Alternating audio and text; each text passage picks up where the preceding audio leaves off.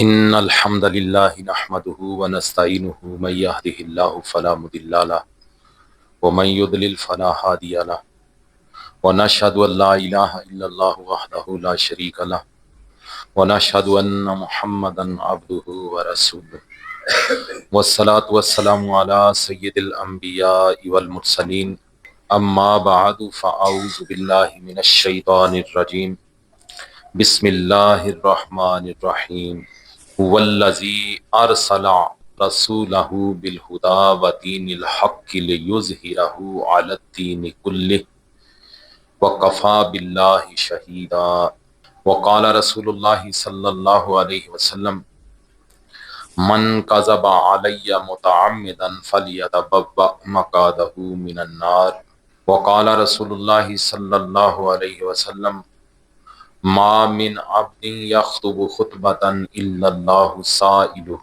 عنها ما أراد بها صدق الله وصدق رسوله النبي الكريم الأمين ونحن على ذلك لمن الشاهدين والشاكرين والحمد لله رب العالمين إن الله وملائكته يصلون على النبي يا أيها الذين آمنوا صلوا عليه وسلموا تسليما اللهم صل على محمد وعلى آل محمد كما صليت على إبراهيم وعلى آل إبراهيم إنك حميد مجيد اللهم بارك على محمد وعلى آل محمد كما باركت على إبراهيم وعلى آل إبراهيم إنك حميد مجيد الصلاة والسلام عليك يا سيدي يا رسول الله وعلى آلك وأصحابك يا سيدي يا حبيب الله مولاي صل وسلم دائما ابدا على حبيبك خير الخلق كلهم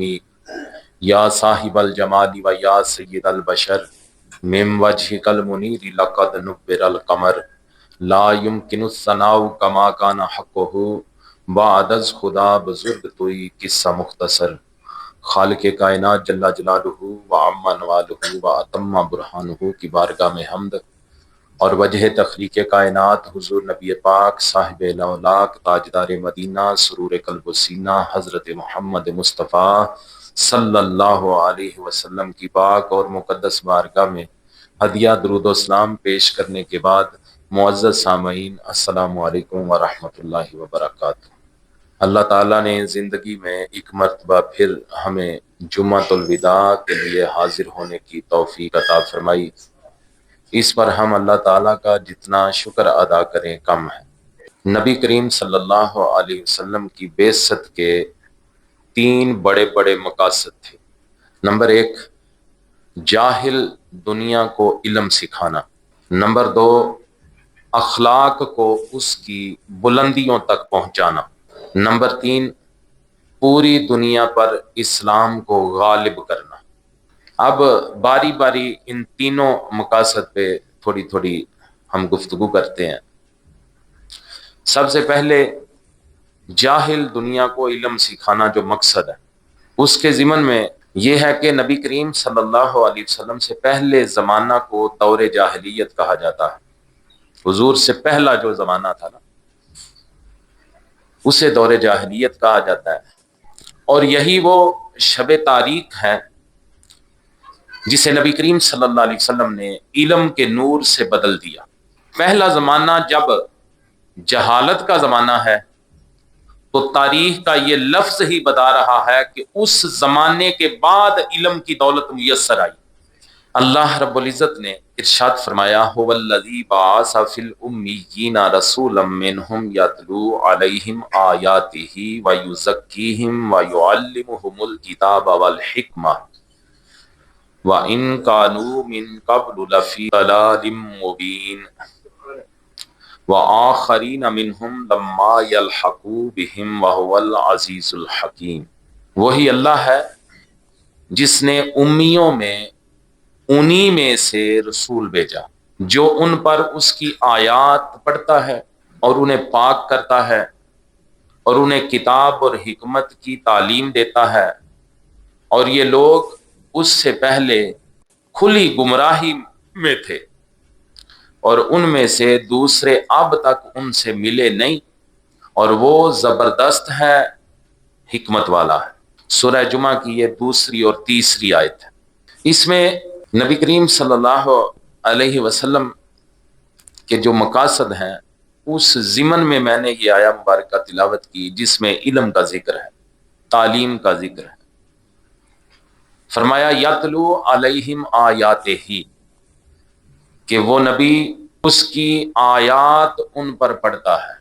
آیات کی تلاوت سے مراد قرآن مجید کی تلاوت ہے، اس لیے کہ نبی کریم صلی اللہ علیہ وآلہ وسلم اپنے صحابہ اکرام کے سامنے قرآن کی ہی تلاوت کیا کرتے تھے۔ قرآن مجید کی تلاوت کی ترغیب پر بہت سی آیات موجود ہیں۔ سورہ مزمل کی چوتھی آیت میں فرمایا وَرَتِّلِ الْقُرْآنَ تَرْتِیلًا، اور محبوب قرآن کو حسب عادت خوب صاف صاف یا ٹھہر ٹھہر کر پڑھے۔ آگے ایک اور آیہ مبارکہ میں ارشاد فرمایا، سورہ بقرہ آیت نمبر 121، الذین آتیناہم الکتاب یتلونہ حق تلاوتہ اولئک یؤمنون بہ ومن یکفر بہ فاولئک ھم الخاسرون، جنہیں ہم نے کتاب دی وہ اسے پڑھتے ہیں جیسے اسے پڑھنا چاہیے یا جیسے پڑھنے کا حق ہے، وہی اس پر ایمان رکھتے ہیں، اور جو اس کے منکر ہیں تو وہی نقصان اٹھانے والے ہیں۔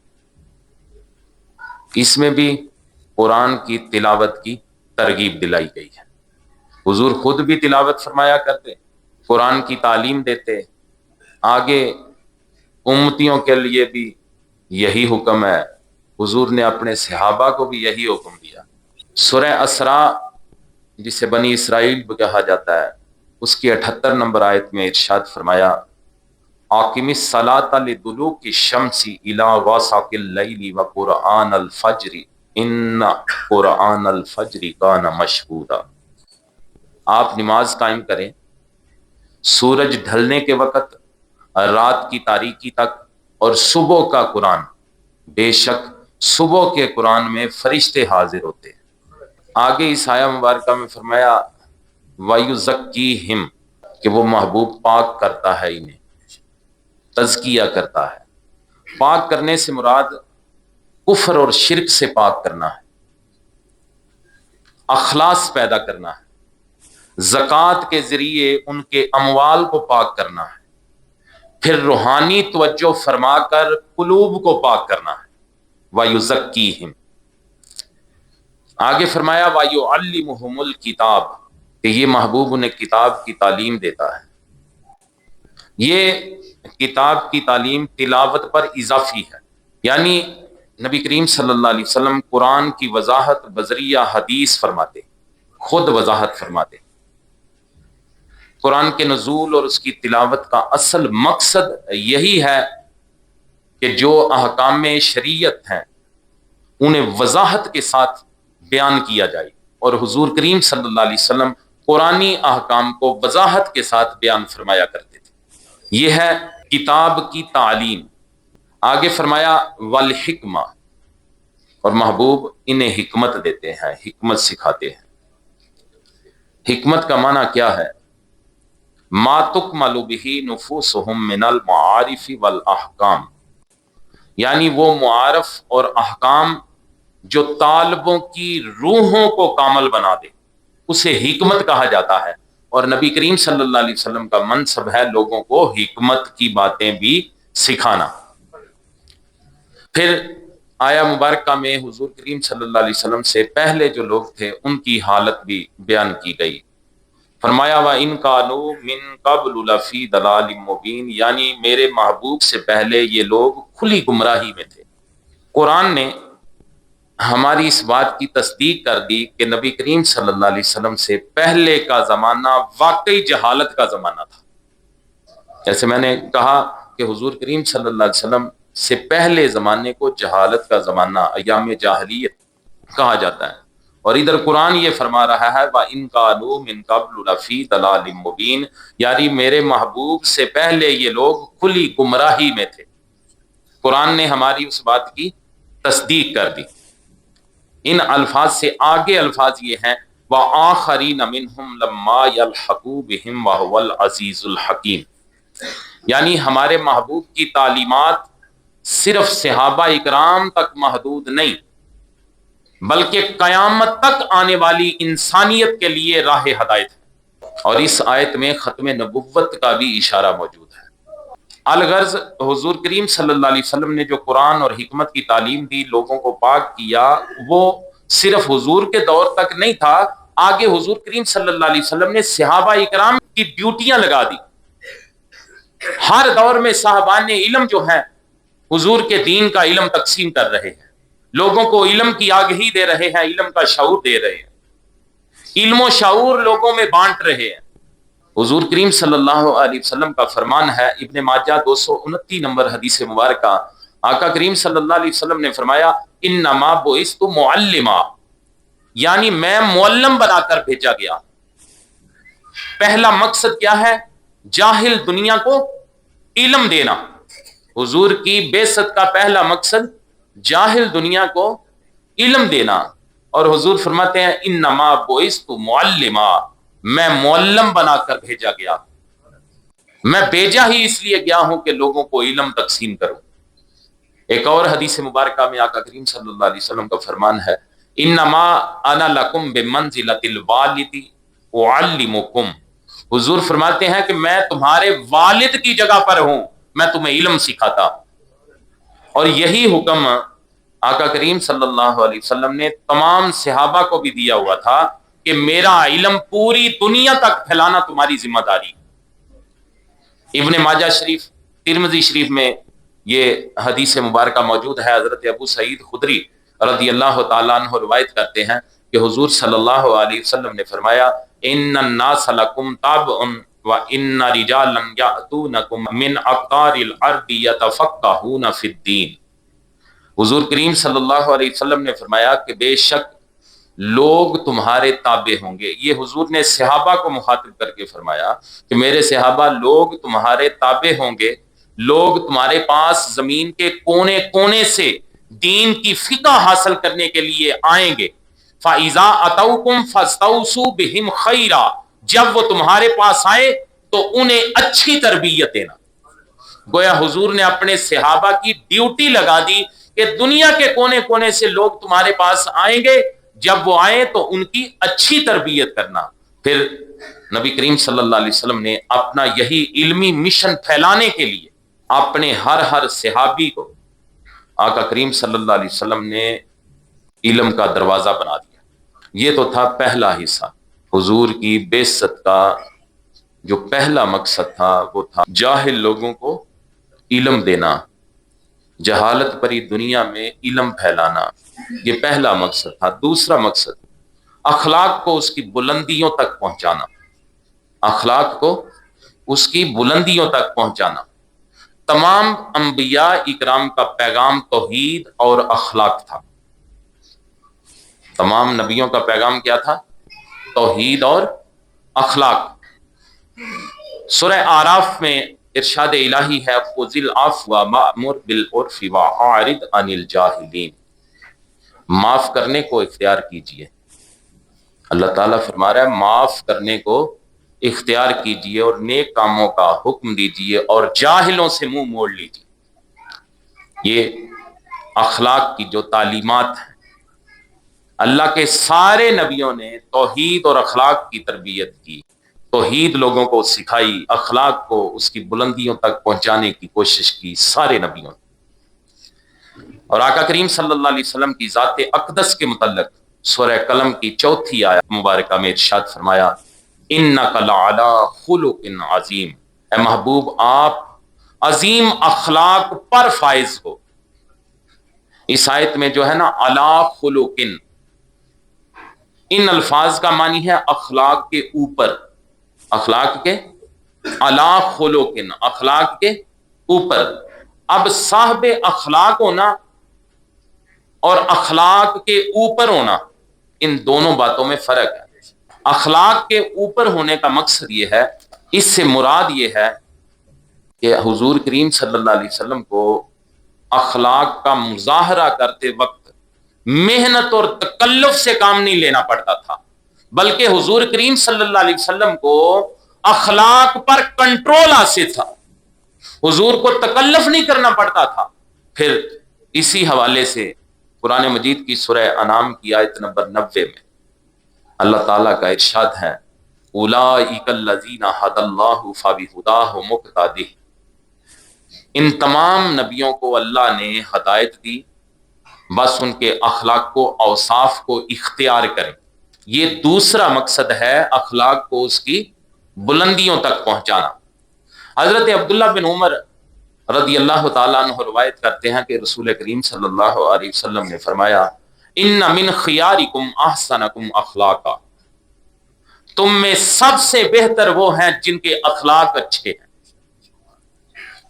تم میں سب سے بہتر وہ ہیں جن کے اخلاق اچھے ہیں۔ سیدہ عائشہ صدیقہ رضی اللہ تعالی عنہا فرماتی ہیں کہ آقا کریم صلی اللہ علیہ وسلم نے فرمایا، ان من اکمل المؤمنین ایمانا احسنہم خلقا والطفہم باہلہ، مومنوں میں سب سے زیادہ کامل ایمان والا وہ ہے جو ان میں سب سے اچھے اخلاق والا ہے اور اپنے گھر والوں کے لیے سب سے زیادہ نرم دل ہے۔ آپ یہ بات سمجھے، حدیث مبارکہ حضور نے فرمایا کہ مومنوں میں سب سے زیادہ کامل ایمان والا وہ ہے جو ان میں سب سے زیادہ اچھے اخلاق کا مالک، اور دوسری بات جو حضور نے فرمائی کہ وہ اپنے گھر والوں کے لیے سب سے زیادہ نرم دل ہے۔ اچھے اخلاق کا ہونا، اس میں یہ بات شامل ہوتی ہے کہ بندہ اپنے گھر والوں کے لیے بھی نرم دل ہو۔ اور اب اخلاق کے اس پہلو کے لحاظ سے میں چند باتیں آپ سے کرنا چاہتا ہوں کہ کسی کے اخلاق کو پرکھنے کا صحیح طریقہ جو ہے، جو معیار ہے، حضور کریم صلی اللہ علیہ وسلم نے اس حدیث مبارکہ میں وہ معیار بیان فرمایا۔ اگر آپ کسی کے اخلاق کو پرکھنا چاہتے ہیں تو یہ دیکھو کہ اس کے اخلاق اس کے اپنے گھر والوں کے متعلق کیسے ہیں۔ آج کچھ لوگ گھر والوں پر دوستوں کو ترجیح دیتے ہیں، ایسا ہو رہا ہے کہ نہیں؟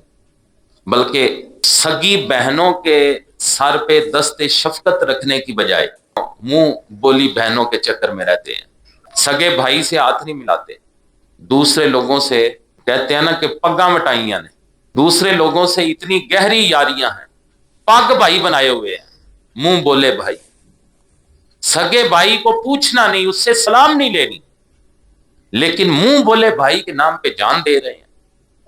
عزیزان من، یہ بات یاد رکھیں، ایسے منہ بولے رشتوں کی شریعت میں کوئی حیثیت نہیں۔ بعض لوگ گلی کے بھکاریوں کو نواز دیتے ہیں، بڑی سخاوت کا مظاہرہ کرتے ہیں، گلی میں آنے والے بھکاریوں کو وار بڑے مشہور ہوتے ہیں کہ بڑے سخی ہیں حضرت صاحب، بڑی خیرات دیتے ہیں، لیکن ان کے بیوی بچے اور قریبی رشتہ داروں کی نگاہیں ترستی رہ جاتی ہیں۔ یہ جو باہر بڑا سخی بنا ہوا ہے، بچے گھر میں ترس رہے ہیں، قریبی بہن بھائی بھوک پیاس سے تڑپ رہے ہیں، ان کا کوئی حال نہیں پوچھنا، لیکن باہر لوگوں میں بڑے سخی ہیں حضرت صاحب، اپنے سگوں کا حال نہیں پوچھنا۔ نبی کریم صلی اللہ علیہ وسلم کے غلاموں، حضور صلی اللہ علیہ وسلم نے فرمایا، ابدا بمن تعول، یعنی اپنے گھر والوں سے شروع کرو۔ اگر تو صدقہ دینا چاہتا ہے، تو اللہ کی راہ میں یہ چاہتا ہے کہ میں اپنا مال خرچ کروں، تو دیکھ تیرے بہن بھائیوں میں کون حقدار ہے، تیرے عزیز و اقارب میں کون حقدار ہے۔ یہ حضور کا اخلاق ہے، یہ اخلاقی تعلیمات ہیں جو نبی کریم صلی اللہ علیہ وسلم نے ہمیں عنایت فرمائی ہیں۔ ان تعلیمات کا ایک پہلو میں آپ کے سامنے رکھتا ہوں، کیا ایسا ہو رہا ہے کہ نہیں؟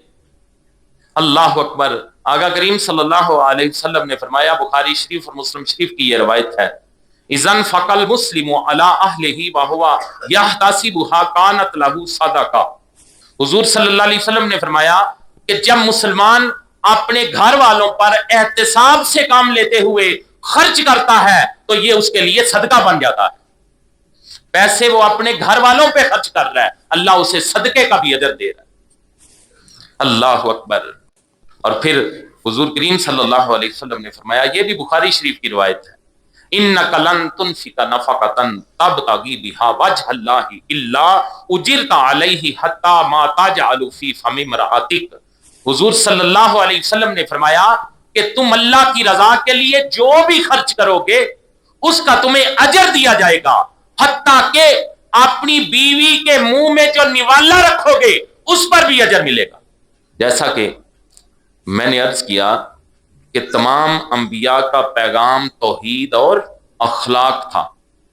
نبی کریم صلی اللہ علیہ وسلم کو تمام انبیاء کے اخلاق و اوصاف اپنانے کا حکم تھا، اور نبی کریم صلی اللہ علیہ وسلم نے تمام انبیاء کے اخلاق پر اپنے حتمی اخلاق کا اضافہ فرمایا، اور پھر ارشاد فرمایا بعثت لأتمم حسن الاخلاق، یعنی مجھے حسن اخلاق کو مکمل کرنے کے لیے بھیجا گیا ہے۔ جب انبیاء کرام کا یہ جو مشن تھا اخلاق کا، جب انبیاء کرام کا مشن اپنی انتہا کو پہنچا تو پھر ختم نبوت کا اعلان کر دیا گیا۔ اللہ اکبر۔ یہ دوسرا حضور کریم صلی اللہ علیہ وسلم کا بڑا مشن تھا، اخلاق کو اس کی بلندیوں تک پہنچانا۔ تیسرا، پوری دنیا پر اسلام کو غالب کرنا۔ اللہ کریم ارشاد فرماتا ہے سورہ فتح آیت نمبر 28، هو الذی ارسل رسولہ بالہدی ودین الحق لیظہرہ علی الدین کلہ وکفی باللہ شہیدا۔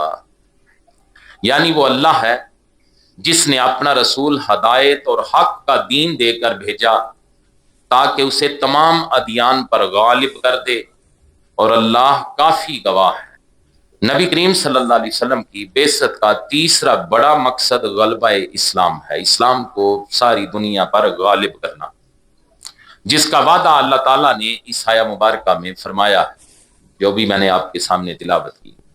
اللہ تعالیٰ نے یہ بتا دیا ہے کہ جو دین نبی کریم صلی اللہ علیہ وسلم لے کر آئے ہیں وہ باطل سے مغلوب نہیں رہے گا، بلکہ میری تائید اور اپنی فکری توانائیوں سے ساری طاغوتی طاقتوں کو سرنگوں کر کے رہے گا۔ بخاری شریف میں حدیث نمبر 1797 میں ہے کہ حضرت عبداللہ بن عمر رضی اللہ تعالیٰ عنہ روایت کرتے ہیں کہ نبی کریم صلی اللہ علیہ وسلم جب کسی غزوہ، حج یا عمرہ سے واپس ہوتے تو جب بھی کسی بلند جگہ کا چڑھاؤ آتا تو نبی کریم صلی اللہ علیہ وسلم 3 مرتبہ تکبیر کہتے، اللہ اکبر اللہ اکبر اللہ اکبر، اور پھر حضور کریم صلی اللہ علیہ وسلم یہ دعا مانگا کرتے، لا الہ الا اللہ وحدہ لا شریک لہ، لہ الملک ولہ الحمد وہو علی کل شیء قدیر، آئبون تائبون عابدون ساجدون لربنا حامدون صدق اللہ وعدہ وناصر عبدہ وہزم الاحزاب وحدہ۔ اللہ کے سوا کوئی معبود نہیں، وہ اکیلا ہے، اس کا کوئی شریک نہیں، ملک اسی کا ہے اور حمد اسی کے لیے ہے، اور وہ ہر چیز پر قادر ہے۔ ہم واپس ہو رہے ہیں توبہ کرتے ہوئے، عبادت کرتے ہوئے، اپنے رب کے حضور سجدہ کرتے ہوئے اور اس کی حمد کرتے ہوئے۔ اللہ نے اپنا وعدہ سچ کر دکھایا، اپنے بندے کی مدد کی اور سارے لشکر کو تنہا شکست دے دی۔ وہ جو غلبہ اسلام کا وعدہ تھا، اس وعدے پہ نبی کریم صلی اللہ علیہ وسلم واپسی پہ جب بھی کسی جنگ پہ جاتے، واپس آتے، حج یا عمرہ سے واپسی ہوتی، اونچی جگہ پہ جب پہنچتے تو آقا کریم صلی اللہ علیہ وسلم اس غلبے کا جو وعدہ ہے اس وعدے پہ اللہ کا شکر ادا کیا کرتے تھے۔ سنن کبریٰ اور بخاری شریف میں یہ روایت بھی موجود ہے، الاسلام یعلو ولا یعلا، اسلام غالب ہوگا اور مغلوب نہیں ہوگا۔ سنن کبریٰ۔ مسلم شریف میں یہ حدیث مبارکہ بھی موجود ہے کہ سید عالم صلی اللہ علیہ وسلم نے فرمایا کہ اللہ تعالیٰ نے زمین اکٹھی کر کے مجھے دکھائی، میں نے تمام مشرقی اور مغربی علاقے دیکھ لیے، بے شک میری امت کی حکومت وہاں تک پہنچ جائے گی جو مجھے دکھایا گیا ہے۔ پھر حلیۃ الاولیاء میں حضور کریم صلی اللہ علیہ وسلم کا یہ فرمان بھی موجود ہے کہ اللہ تعالیٰ اسلام کو زیادہ ہی کرتا رہے گا اور مشرکین اور ان کے شرک میں کمی آتی رہے گی، حتیٰ کہ سوار سفر کرے گا تو اسے ظلم کے سوا کچھ ڈر نہیں ہوگا۔ اللہ کی قسم، جس کے ہاتھ میں میری جان ہے، ایک دن ایسا آئے گا کہ جب یہ دین وہاں تک پہنچ جائے گا جہاں یہ ستارہ نظر آتا ہے۔ پھر اللہ تعالیٰ نے جو وعدہ فرمایا کہ وہ اس دین کو تمام مروجہ ادیان، مذاہب اور نظام ہائے حیات پر غلبہ بخشے گا، یہ اللہ کا وعدہ۔ اس وعدہ کو پورا کرنے میں کوئی زیادہ وقت بھی نہیں لگا۔ عہد رسالت میں ہی اسلام کا پرچم مکہ پر لہرانے لگا، وہ مکہ جو کفر اور بت پرستی کا مرکز تھا۔ عہد رسالت میں پورا مکہ جو ہے وہ علاقہ حضور کے پرچم تلے آ گیا، یہاں سے غلبہ شروع ہو گیا۔ پھر خلافت راشدہ کے دور میں ایشیا اور افریقہ کے بر اعظموں میں اسلام کی عظمت کے ڈنکے بجنے لگ گئے۔ پھر شرق و غرب میں کلمہ توحید کی صدائیں گونجنے لگی۔ غالب آنے کا مطلب یہ ہے کہ یا لوگ اس کو قبول کر لیں گے یا اس کی برتری کو تسلیم کر لیں گے، اور تاریخ گواہ ہے کہ مسلمانوں کے دور انحطاط میں بھی نظر و فکر کے میدانوں میں اسلام کا پرچم ہمیشہ لہراتا رہا۔ نظر و فکر کے میدانوں میں اسلام کا پرچم کبھی بھی سر نگو نہیں ہوا۔ پھر حضور کریم صلی اللہ علیہ وسلم نے عبادات کے میدان میں مسواک سے لے کر نماز، روزہ، زکوٰۃ اور حج تک تمام تعلیمات تفصیلاً فراہم کر دی۔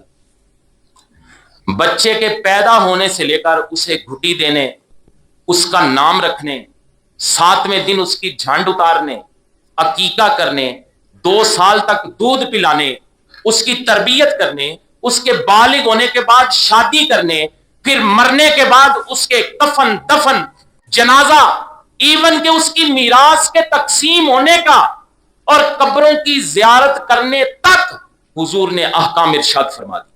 پڑھ کے دیکھ لیجئے حضور کریم صلی اللہ علیہ وسلم کی تعلیمات۔ زندگی کا کوئی شعبہ ایسا نہیں جس کے متعلق حضور کریم صلی اللہ علیہ وسلم نے احکامات نہ دیے۔ عزیزان من، اس کے علاوہ تعلیمی پالیسی، معاشی نظام، سیاسی نظام، ہر موضوع پر احادیث کی کتابوں میں مستقل ابواب موجود ہیں۔ کتاب العلم، کتاب البیوع، کتاب الاحکام اسی کی مثالیں ہیں، حدیث کی کتابوں میں موجود ہیں جو نبی کریم صلی اللہ علیہ وسلم کے فرمودات ہیں۔ پھر خود ہی ایک مشن کو شروع کرنا اور اپنے ہاتھوں سے اسے پایہ تکمیل تک پہنچا کر اپنی آنکھوں سے انقلاب کے ثمرات دیکھ لینا ہمارے نبی کریم صلی اللہ علیہ وسلم کی خصوصیت ہے۔ اللہ اکبر۔ اللہ کریم نے اس مشن اور مقصد کو مکمل کرانے کے لیے اپنے محبوب کریم صلی اللہ علیہ وسلم کو آپ کریم صلی اللہ علیہ وسلم کے صحابہ کا تعاون بھی فراہم کیا، اور نبی کریم صلی اللہ علیہ وسلم نے اسلام کا لہلہاتا ہوا باغ اپنی آنکھوں سے دیکھا، جس کا نقشہ تمام ادیان پر دین اسلام کے غالب ہونے والی جو آیت ہے سورہ فتح کی 28 نمبر، اس سے اگلی آیت میں اس طرح بیان ہوا، محمد الرسول اللہ والذین معہ اشداء علی الکفار رحماء بینہم۔ محمد اللہ کے رسول ہیں صلی اللہ علیہ وسلم، ان کے ساتھی کافروں پر سخت اور آپس میں رحم دل ہیں۔ تراہم رکعا سجدا یبتغون فضلا من اللہ ورضوانا سیماہم فی وجوہہم من اثر السجود۔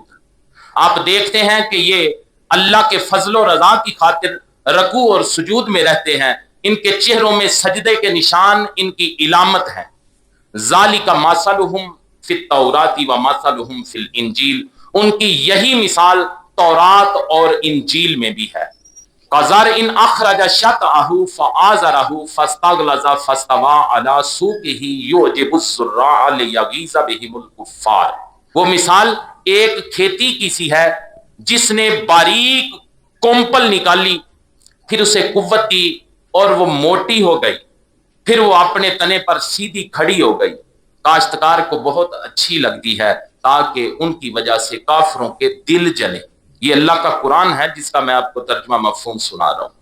آگے فرمایا، وعد اللہ الذین آمنوا وعملوا الصالحات منہم مغفرۃ واجرا عظیما، کہ اللہ نے ان لوگوں سے جو ایمان لائے اور نیک عمل کیے مغفرت اور اجر عظیم کا وعدہ فرمایا ہے۔ قرآن کہہ رہا ہے کہ صحابہ کی یہی مثال تورات اور انجیل میں بھی ہے۔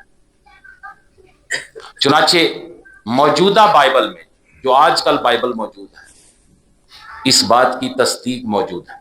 میرے پاس بائبل موجود ہے، اس میں یہ بات لکھی ہوئی ہے۔ یہی جو آپ نے ابھی آیت سنی، اس سے ملتی جلتی بات آپ نے سننی ہے۔ یہ بائبل کی 2 آیتیں میں آپ کے سامنے رکھنے لگا ہوں۔ متی کی انجیل ہے اور اس کا باب نمبر 13 ہے، 31 اور 32 نمبر آیت ہے یہ بائبل۔ آسمان کی بادشاہی رائی کے دانے کی مانند ہے، جسے کسی آدمی نے لے کر اپنے کھیت میں بو دیا۔